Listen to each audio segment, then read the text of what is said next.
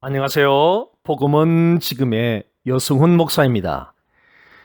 뜨거운 태양빛이 장렬하고 그 열기가 이글거리는 길을 청취자 여러분은 걸어보신 적이 있습니까? 만약 그런 길을 걸어본 경험이 있다면 무엇이 가장 힘들었습니까? 그런 경우 틀림없이 목마름이 가장 고통스러웠을 것입니다. 저는 20대 때에 강원도 홍천 11사단 사단 수색대에서 근무를 했었습니다. 입대한 지 얼마 되지 않았을 때에 태양이 뜨겁게 장렬하고 열기가 이글거리는 여름날에 30kg 정도 무게의 군장을 메고 20km 거리의 행군을 하는 훈련을 받았었습니다. 약 4시간가량을 쉬지 않고 걷는 훈련이었습니다. 출발할 때 준비해 갔던 물은 2시간이 지날 때쯤에 이미 다 마시고 없었습니다. 그 이후부터 도착할 때까지 2시간 동안은 물이 없어서 입술이 아래 위로 붙을 정도로 목마름을 심하게 느꼈었습니다. 그것은 단순한 목마름이 아니라 고통스러운 목마름이었습니다. 참으로 그것은 고통스러운 목마름이었습니다.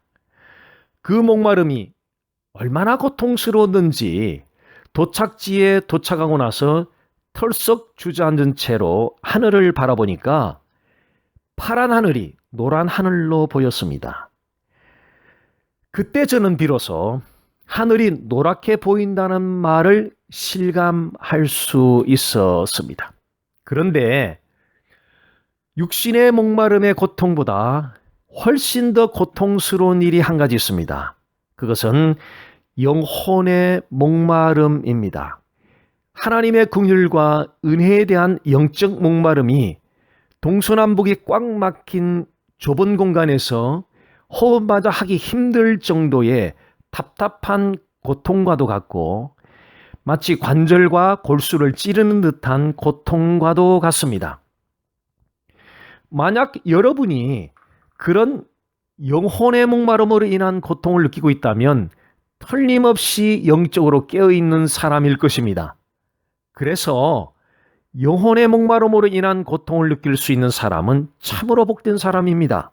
하지만 안타깝게도 영혼의 목마름으로 인한 고통을 호소하는 사람들이 그리 많지 않다는 것입니다. 그들은 영혼의 목마름 대신에 돈에 대한 목마름과 세상 낙을 충분히 즐기지 못하는 것에 대한 목마름과 현실 문제 해결에 대한 목마름 등으로 대체하고 있습니다. 썩어 없어질 육신을 위해 목말라 하는 사람들은 참으로 많습니다.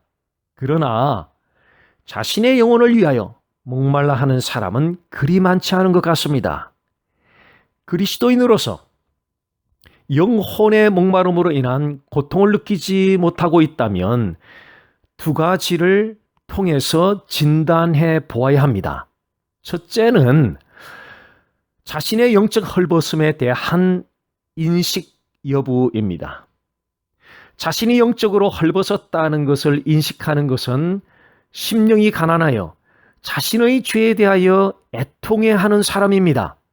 성령이 우리 마음 안에 거룩한 하나님의 성전을 세우시면서 하시는 가장 기초적인 일은 바로 우리의 죄를 철저하게 깨닫게 하심으로 우리 자신이 영적으로 얼마나 헐벗었는가를 보게 하는 것입니다.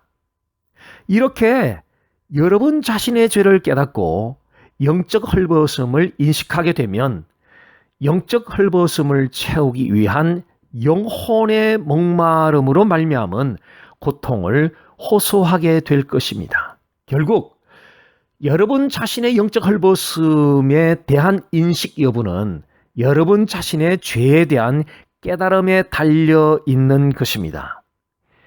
특별히 표면적으로 드러날 정도의 도덕과 윤리에 어긋나는 삶을 살지 않았는데 죄와는 나는 상관이 없다고 혹 여러분들 가운데는 그렇게 생각하실 분이 있을지도 모르겠습니다.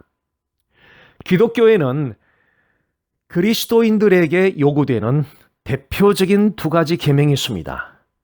마음과 뜻과 목숨과 힘을 다하여 하나님을 사랑하라는 계명과 이웃을 여러분 자신과 같이 사랑하라는 계명입니다. 이 두 가지 계명을 완벽하게 지켜낼 그리스도인은 이 세상에 단 한 사람도 존재하지 않습니다. 이렇게 놓고 보면 모든 사람들은 날마다 하나님 앞에서 고백해야 할 죄를 가지고 있는 셈입니다. 도덕과 윤리에 어긋나는 행동을 하는 죄는 하나님 사랑과 이웃 사랑의 계명을 지키지 못하는 것에 비하면 아주 미미하고 작은 죄에 불과한 것입니다. 사도 바울이 신앙적으로 가장 성숙해 있을 사역 말기에 나는 죄인 중에 우두머리라고 고백을 하게 되었던 것도 바로 그런 배경 때문입니다. 바울이 사역을 시작할 때보다 사역 말기의 때에 훨씬 더 경건하고 신앙적으로 성숙해 있었는데 자신의 죄에 대한 인식은 반대로 나타난 것입니다. 바울이 사역을 시작할 때는 죄에 대한 인식이 낮았던 반면에 사역 말기에는 죄에 대한 인식이 매우 높아졌던 것입니다. 하나님과 이웃을 온전히 사랑하지 못하는 자신의 죄에 대하여 깨닫는 자는 가장 복된 자입니다. 그래서 예수님께서는 심령이 가난한 자와 애통하는 자는 복이 있다고 말씀하신 것입니다.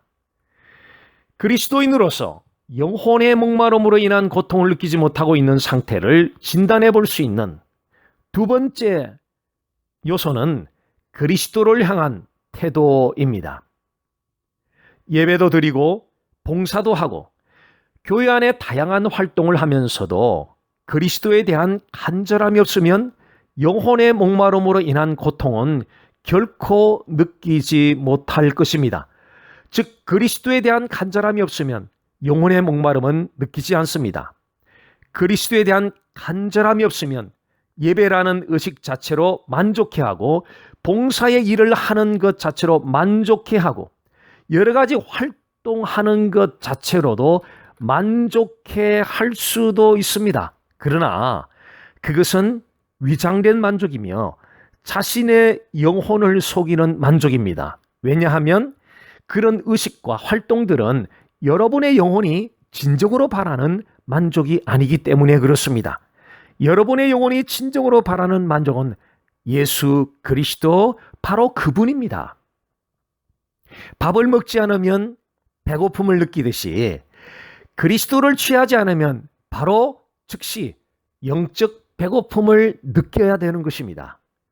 영적 목마름을 위해서 영적 배고픔을 해결하기 위해서 오직 단순한 믿음이 필요합니다. 그것은 죄에 대하여 철저하게 깨닫고 그리스도에 대한 간절함을 가지는 것입니다. 단순하다고 생각하면서 가볍게 여길지 모릅니다. 그러나 이 두 가지 단순한 요소가 영적 목마름을 불러일으키는 데는 최고의 처방전이 될 것입니다. 사역자가 또 봉사자가 그리스도에 대한 간절함이 없이 사역과 봉사가 이루어진다면 그 사역은 표면적으로는 활발하게 보이나 세월이 지나면 반드시 후회하게 될 것입니다. 세월은 여러분들을 하나님 앞에 세울 것이기 때문에 그렇습니다. 언제나 우리는 하나님 앞에서의 자세로 우리는 섬겨야 할 것입니다. 저를 따라 선포해 보십시오. 예수님은 나의 하나님, 예수님은 나의 구세주, 예수님은 나의 삶의 주인. 감사합니다. 복된 하루 되십시오.